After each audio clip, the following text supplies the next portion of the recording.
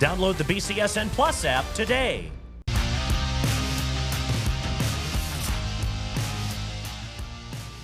It is no secret that Ed Hodgel over at St. John's produced top-tier talent in his tenure with the Titans. One of those players is Joe Jakubowski, who played with St. John's in the early days of BCSN from 2004 to 2007, before playing 4 years with Bowling Green. And today, Jakubowski sitting down with our very own Greg Franke to talk about his time playing for the Titans.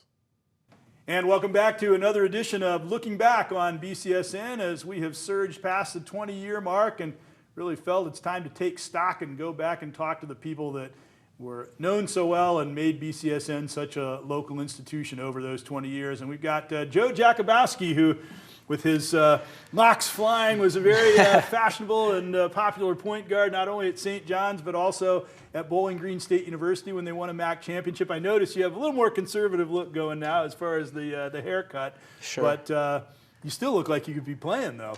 Yeah, I don't get me wrong. I definitely miss those that long hair look. I like the look. I like the moxie, but sooner or later you had to get those cut off and move forward with your life, I suppose. Especially you're in the legal business as a budding barrister, you have to kind of look the part. A little bit more professional, I suppose. That's right. Although don't get me wrong, I sometimes think about bringing that back. We'll see. Well, hey, I wouldn't mind that at all. So do you still get to play some pickup games or anything? You certainly look like you could. I appreciate that. Not so much anymore. I mean, the last time I played was a few years ago. Right now, it's just more about my job and my family. So, but don't get me wrong, I still follow basketball, I still watch it. I'm still a big fan. I'm still very interested in all things basketball, so that's for sure. You got to blow off some steam in the backyard. Nothing better to do than to go out and shoot some hoops. Maybe you'll find time for that again. But you go back to the very beginning of BCSN. We had not been on the air for more than 3 months. Right. And your St. John's team with Brian Roberts and B.J. Raymond and Zach Hillsland, still 3 of the best players that we've ever had in BCSN over the 20 years, led your team downstate, and you beat Columbus Brookhaven in a game. It was a great broadcast for us to get to the finals, and unfortunately you did not win that final game, which was a surprise to a lot of people, maybe even to your team. Yes. But it was a great season, a great way to kick off BCSN. What do you remember about that team? You were a freshman then.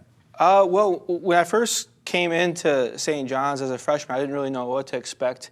I heard about Brian Roberts and Zach Hillsland and B.J. Raymond, and then when I got on the court with them and got to actually play with them, because I got to play JV and I practiced varsity, it was quite an experience. And then being on the road, being on the ride for that season was both an amazing experience, also learning how great players play and what they do on a day in and day out basis. I learned a lot from them.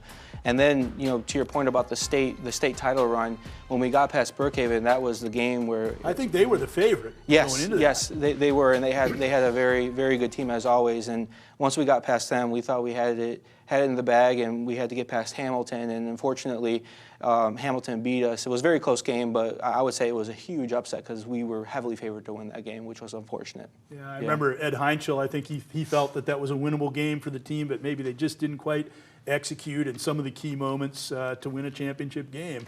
Yeah. But nevertheless, it was a great ride, and certainly you talk about seeing some of those great players. But Ed Heinschel, one of the legendary coaches, right. How did you find playing for him over your career at St. John's?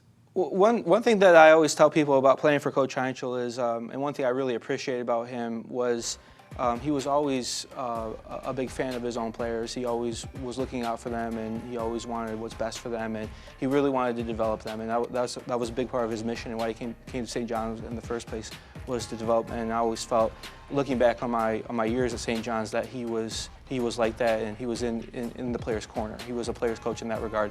And then as far as the X's and O's, the strategy, I thought that he was a master at that in a lot of ways, and how to approach a game and the game plan and all that, and putting the players in the right position. So overall, I remain very impressed with Coach Heinschel, and all his accolades that he has are well-deserved. Well, so much about the game today is about individuals and who can amass the best stats and all that sort of thing. But he could take a team that had all those great players and let them be who they were as far as showcasing their individual skills, but still playing within that great team concept. And he did that with Roberts and Hillsland and Raymond extremely well, and really for all the teams that he coached over practically this whole 20-year BCSN run.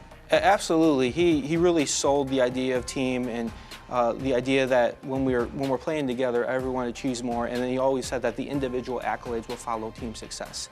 And so in that regard, he was able to sell that to the great players who would otherwise, maybe if they played for someone else, would be more focused on individual accolades. He got them to buy into the team.